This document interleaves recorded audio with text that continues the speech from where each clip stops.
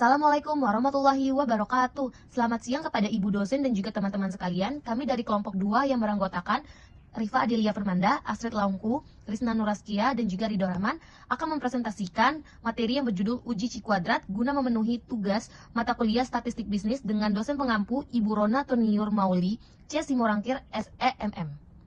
Semoga presentasi yang kami sampaikan dapat menambah wawasan dan juga memberikan pemahaman mengenai konsep, perhitungan, serta penerapan uji Cikuadrat dalam analisis data. Pertama, saya Rifa Adelia Firmanda dengan NIM 4312301216 akan mempresentasikan dimulai dari bab 1 pendahuluan. Dimulai dari latar belakang, statistik merupakan ilmu yang digunakan untuk mengumpulkan, mengolah, menyajikan, dan juga menganalisis data guna mendukung pengambilan suatu keputusan. Dalam statistik terdapat dua pendekatan utama, yaitu ada parametrik dan juga non-parametrik. Salah satu metode non-parametrik yang banyak digunakan yaitu adalah uji Cikuadrat atau bisa disebut dengan chi-square test, yang berfungsi untuk menguji kesesuaian distribusi data dan juga hubungan antar variabel.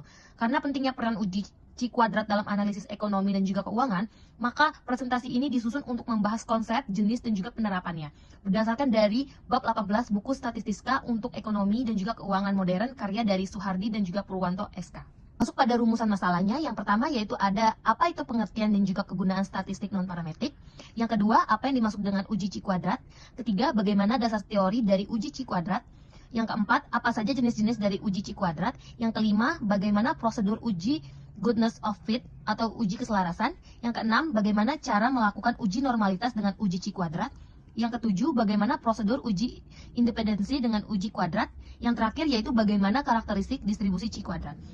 Penelitian ini yang bertujuan untuk menjelaskan pengertian dan juga kegunaan dari statistik non-parametrik, mendeskripsikan pengertian uji Cikuadrat, menjelaskan dasar teori uji Cikuadrat, juga mengidentifikasi jenis-jenis uji Cikuadrat, menjelaskan prosedur dari uji goodness of fit, uji normalitas, dan juga uji independensi, serta menjelaskan karakteristik dari distribusi Cikuadrat. Masuk pada bab 2 yaitu pada kajian pustaka. Yang pertama yaitu ada pengertian dari statistika non-parametrik.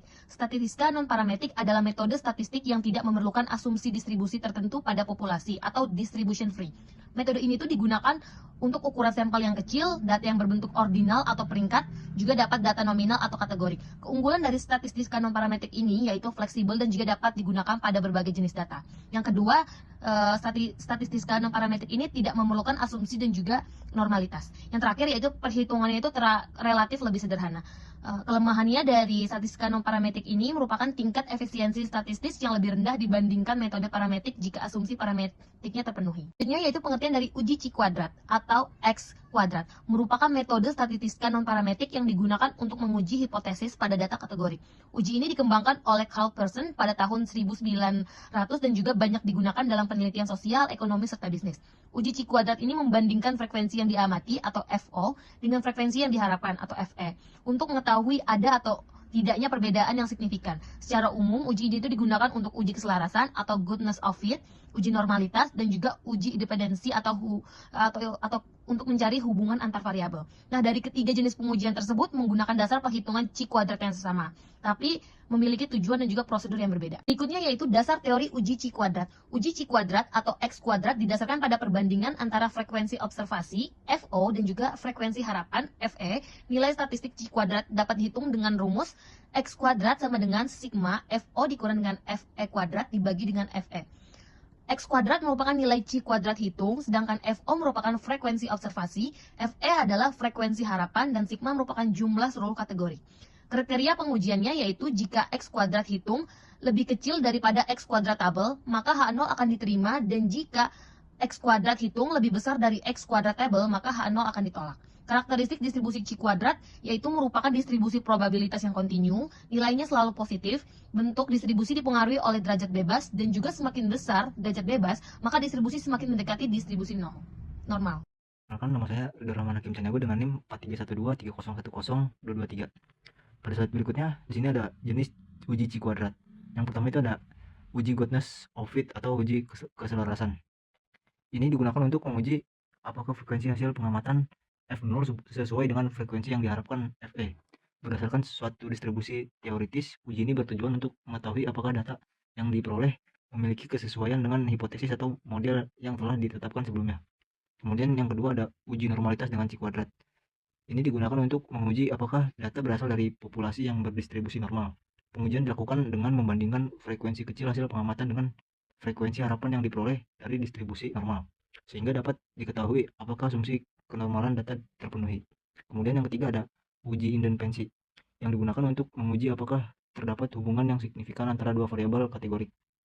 Pengujian ini dilakukan menggunakan tabel kontingensi dengan menghitung frekuensi harapan pada setiap sel, kemudian membandingkan nilai hitung dengan X2 tabel untuk menentukan ada atau tidaknya hubungan.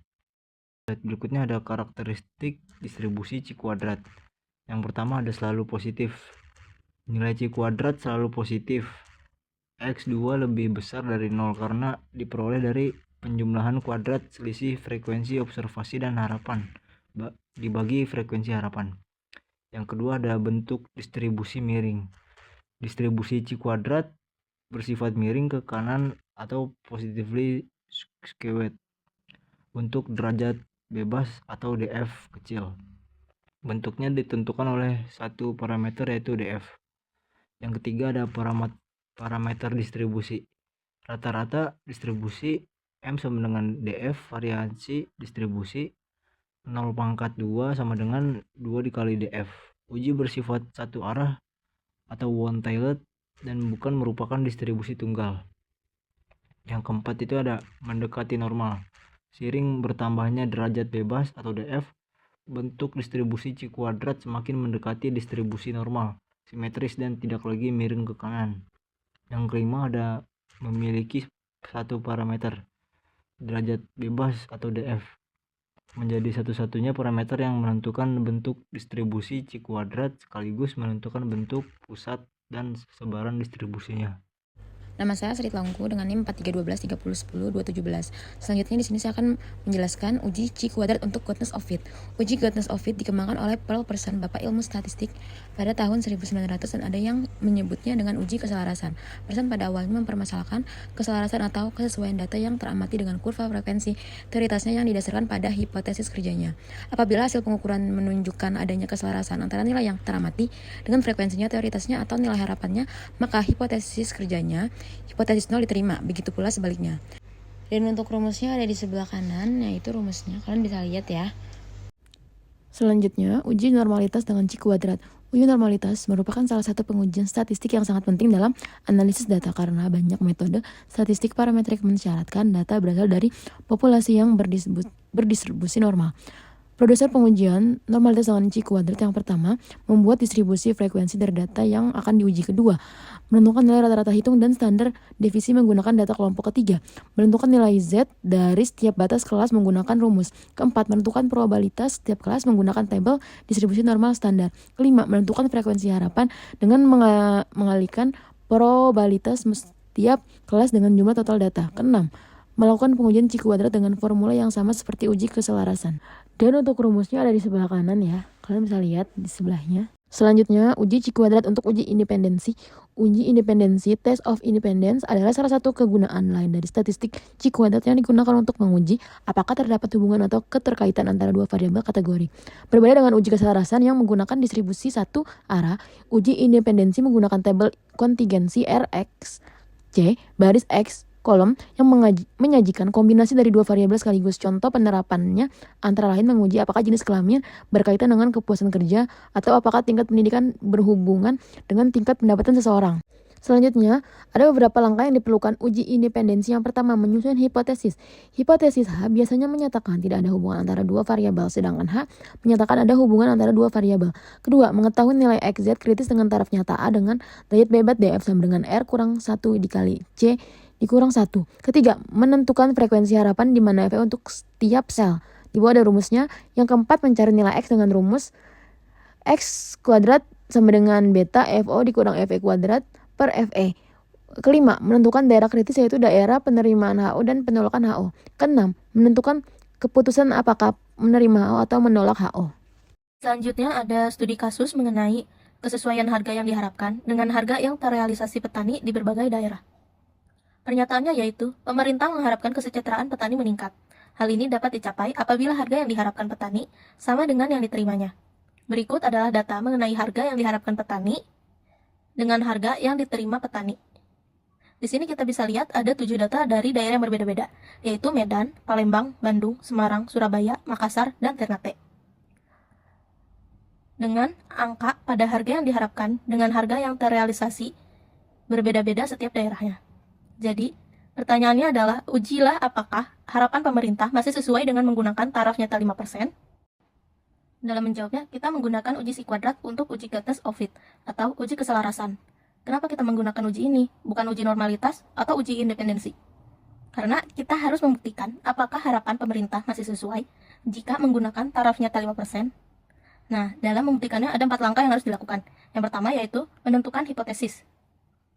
Hanol menyatakan bahwa ada kesesuaian antara harga yang diharapkan dengan harga yang terrealisasi.